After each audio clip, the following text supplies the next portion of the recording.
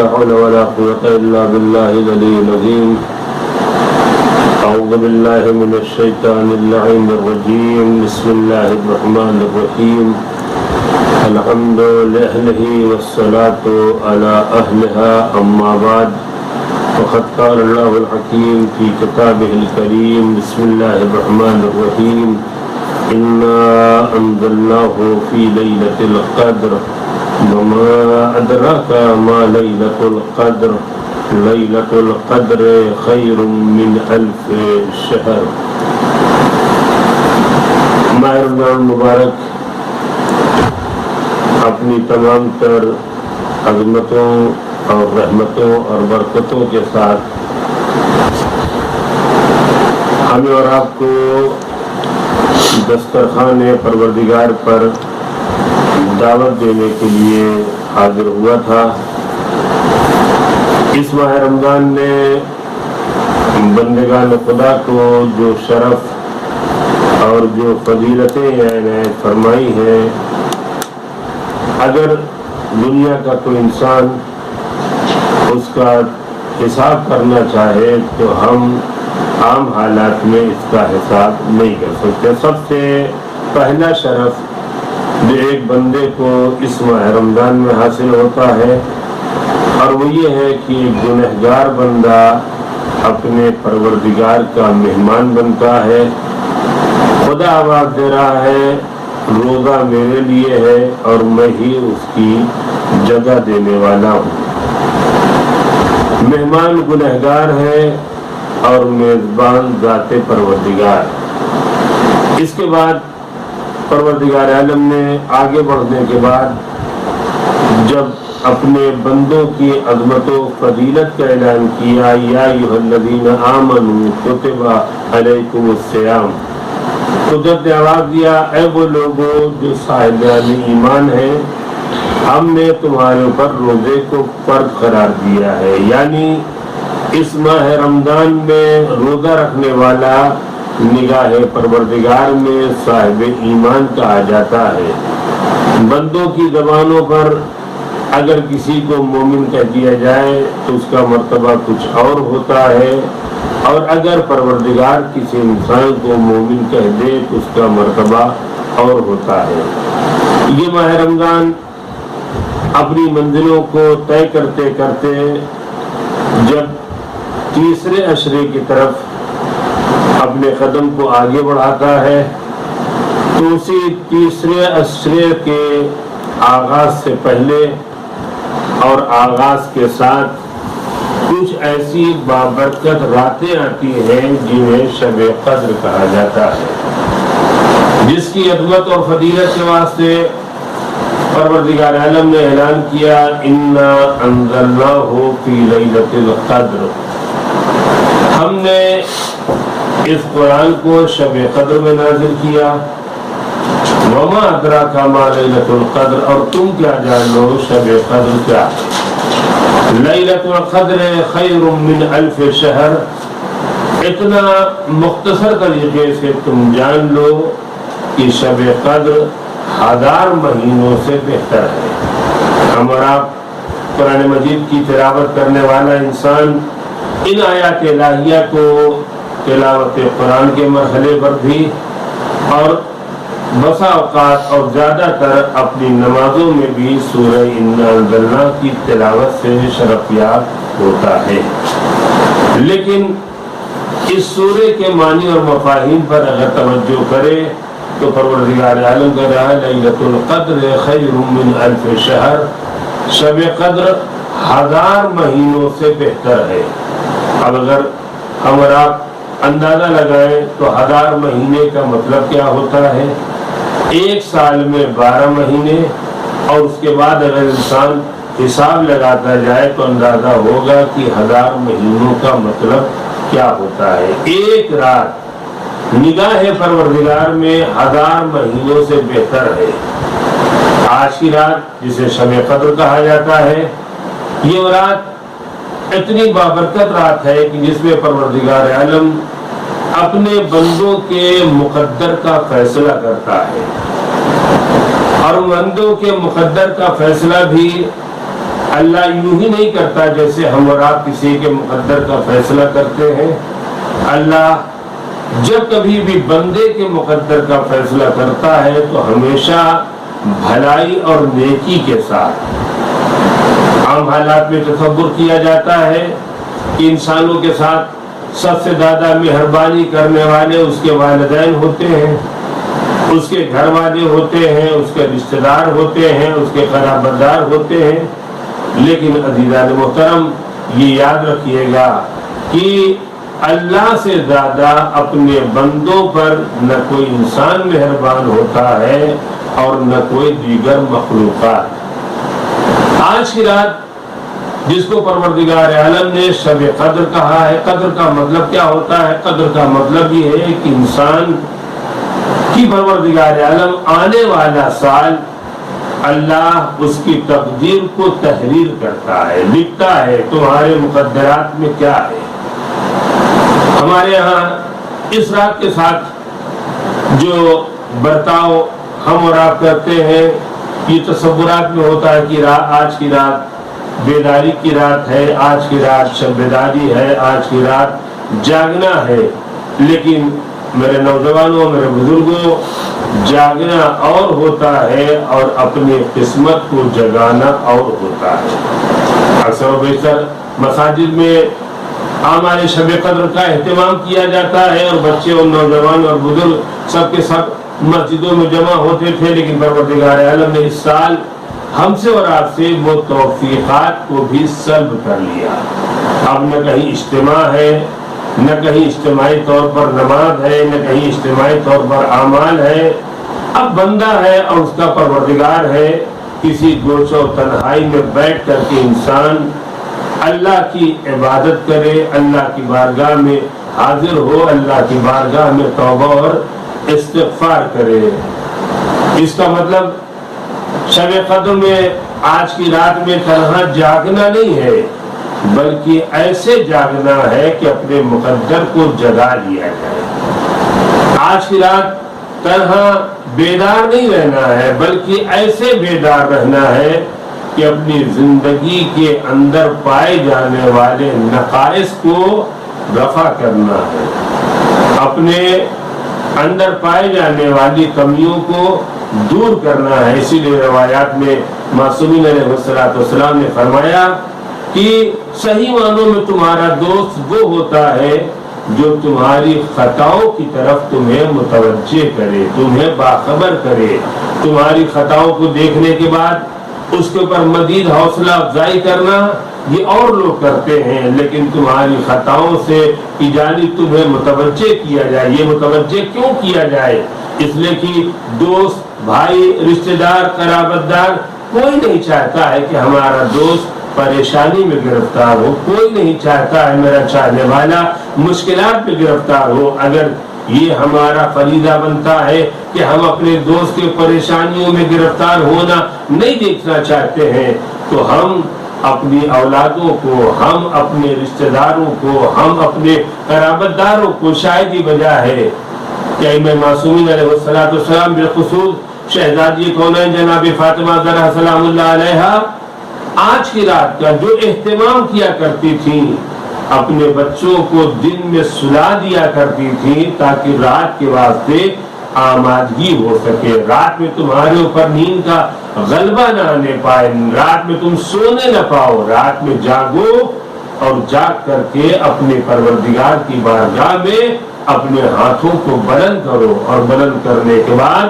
اپنے گناہوں کو گناؤ. پروردگار خطاکار تیری بارگاہ میں آیا ہے، پروردگار گنہگار تیری بارگاہ میں آیا ہے، پروردگار ایک سائل تیری بارگاہ میں آیا ہے. معصوم فرماتے ہیں کہ جب تمہارے دروازے پر کوئی سائل آئے تو حتی الامکان کوشش کرو کہ اپنے آنے والے سائل کو خالی ہاتھ واپس نہ کرو. معصوم فرماتے پروردگار تو نے ہم سے کہا ہے کہ اگر تمہارے دروازے پر کوئی سائل آ جائے تو اسے خالی ہاتھ واپس نہ کرنا. پروردگار آج کی رات شب قدر کی رات ہے، ہم تیرے دروازے پر سائل بن کر آئے ہیں، ہم تیرے دروازے پر محتاج بن کر کے آئے ہیں، ہم تیرے دروازے پر مانگنے کے لیے آئے ہیں، کیا چاہیے؟ پروردگار دنیا کا مال دینے والے بہت مل جائیں گے، دنیا کا لباس دینے والے بہت مل جائیں گے، دنیا کی غذائیں دینے والے بہت مل جائیں گے، دنیا کے عیش و آرام کے سامان فراہم کرنے والے بہت مل جائیں گے۔ پروردگار ہم تیری بارگاہ میں حاضر ہونے کے بعد مال کا مطالبہ کرنے کو نہیں آئے ہیں، دولت کا مطالبہ کرنے کو نہیں آئے ہیں، سرمایہ کا مطالبہ کرنے کو نہیں آئے ہیں، اقتدار کا مطالبہ کرنے کو نہیں آئے ہیں۔ پروردگار وہ مانگنے آئے ہیں جو کسی بندے کے اختیار میں نہیں ہے۔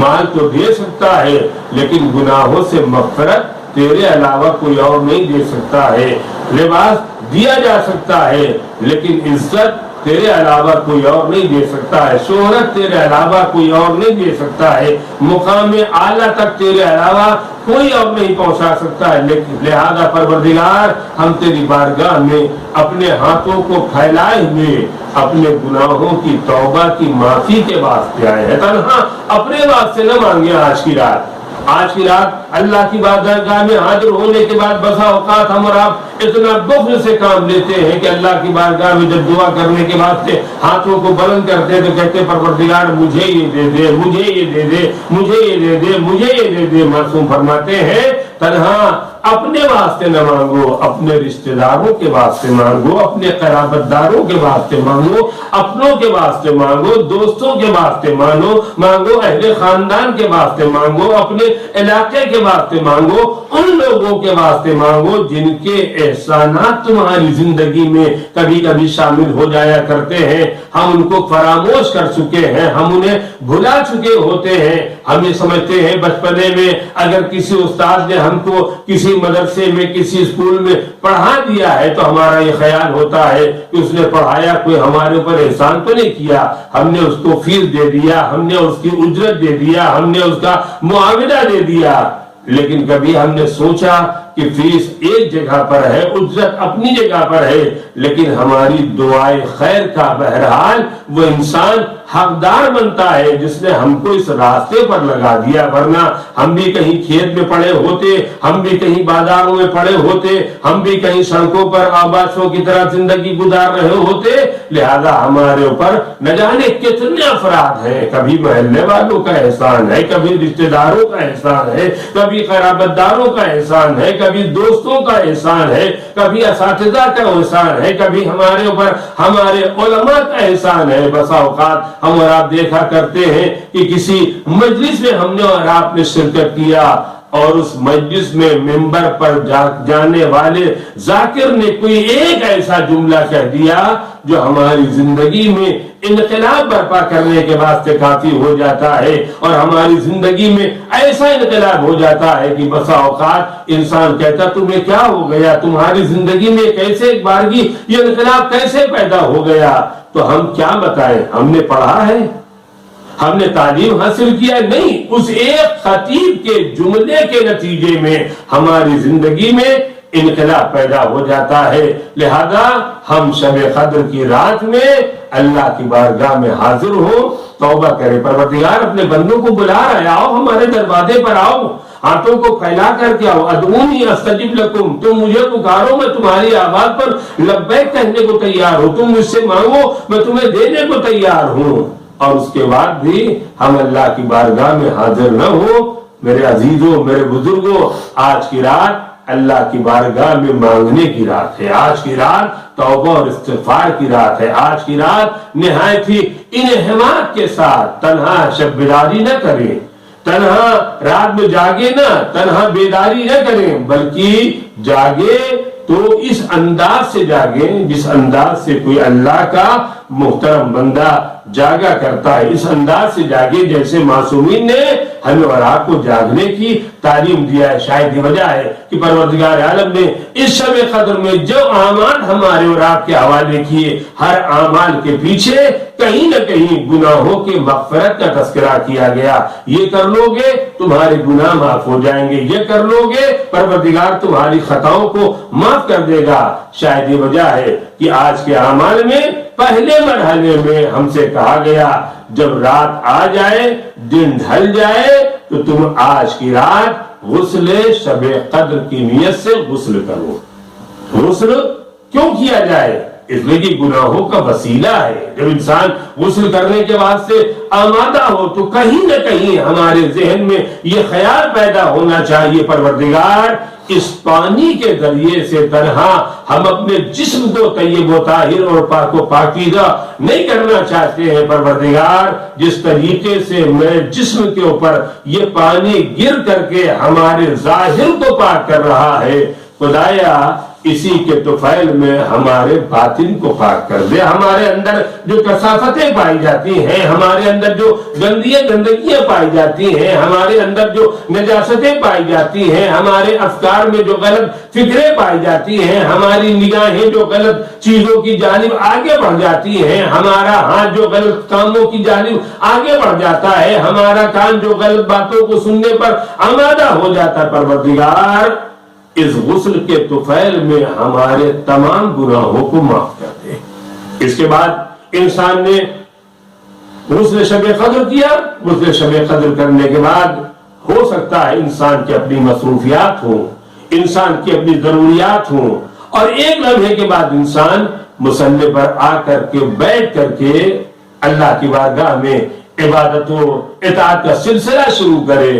اس درمیان جہاں کہیں بھی موقع ملتا جائے ہمارے ہاتھوں میں تسبیح ہو یا نہ ہو ہماری زبانیں تسبیح کریں، ذکر پروردگار کریں، استغفر اللہ کہیں، الحمدللہ کہیں، سبحان اللہ کہیں، اللہ اکبر کہیں.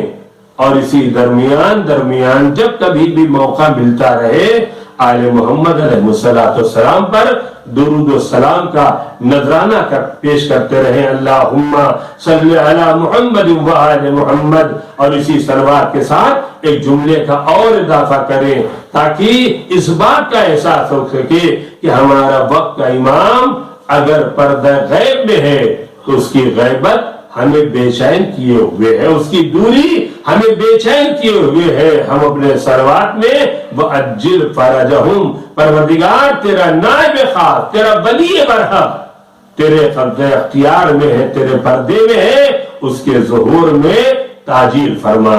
اب اس کے بعد جو ہمارے اعمال کا سلسلہ شروع ہوتا ہے تو کہا گیا 1000 مرتبہ سورہ اِنَّا أَنزَلْنَا کی تلاوت کرو. جب ہم سورہ اِنَّا أَنزَلْنَا کا تذکرہ سنتے ہیں اور جیسی مولانا نے اور اعمال کرانے والے نے بتایا 1000 مرتبہ تو ایک مرتبہ ہمارے چہرے کا رنگ بدل جاتا ہے. ارے باپ رے، 1000 مرتبہ سورہ اِنَّا أَنزَلْنَا، اس کا مطلب یہ ہے کہ بقیہ اعمال تو ہمارے نکل جائیں گے، ہم ادا نہ کر پائیں گے. معصوم آواز دے رہے ہیں جتنا تمہارے امکان میں ہو اتنا کرو، اتنا پڑھو. جتنی مرتبہ سورہ اِنَّا أَنزَلْنَا کی تلاوت کر سکتے ہو سورہ اِنَّا أَنزَلْنَا کی تلاوت کرو. اس کے علاوہ اس شب قدر میں سورہ عنکبوت، سورہ روم، سورہ دخان کی تلاوت بھی وارد ہوئی ہے. اس کے علاوہ وہ دعا اللہم کل ولیک الحجۃ ابن الحسن، اس کی تلاوت کیا جائے، دعائے توبہ پڑھا جائے، دعائے مکارم الاخلاق پڑھا جائے، اور اسی کے ساتھ دعائے جوشن کبیر پڑھا جائے. یہ سارے وہ اعمال ہیں جو انسان کو اللہ کی جانب ہمیں اور آپ کو لے جاتے ہیں، اور جگہ جگہ ہم اس بات پر آمادہ کرتے ہیں کہ نہ جانے کون سا فقرہ ہمارے زبان سے جو ادا ہو رہا ہے وہ اخلاص کی بنیاد پر ہے، اور پروردگار ہمارے اس فقرے کو اپنی بارگاہ میں قبول کر لے گا. آئیے ہم سب اللہ کی بارگاہ میں اپنے ہاتھوں کو بلند کر کے اللہ کی بارگاہ میں دعا کریں. پروردگار یہ شب قدر ہے، یہ عظمتوں کی رات ہے، یہ برکتوں کی رات ہے، یہ رحمتوں کی رات ہے، یہ توبہ کی رات ہے، یہ استغفار کی رات ہے، یہ مانگنے کی رات ہے. پروردگار تیرا بندہ تیری بارگاہ میں حاضر ہے، تیری بارگاہ میں مانگنے کے واسطے آئے. پروردگار ہمارے تمام گناہان صغیرہ اور کبیرہ کو معاف فرما. پروردگار جو ہمارے درمیان سے رخصت ہو گئے ہیں ان کی قبروں پر رحمت نازل فرما. پروردگار یہ کرونا نامی بیماری جو آج ساری دنیا کو اپنے چپیٹے میں لیے، پروردگار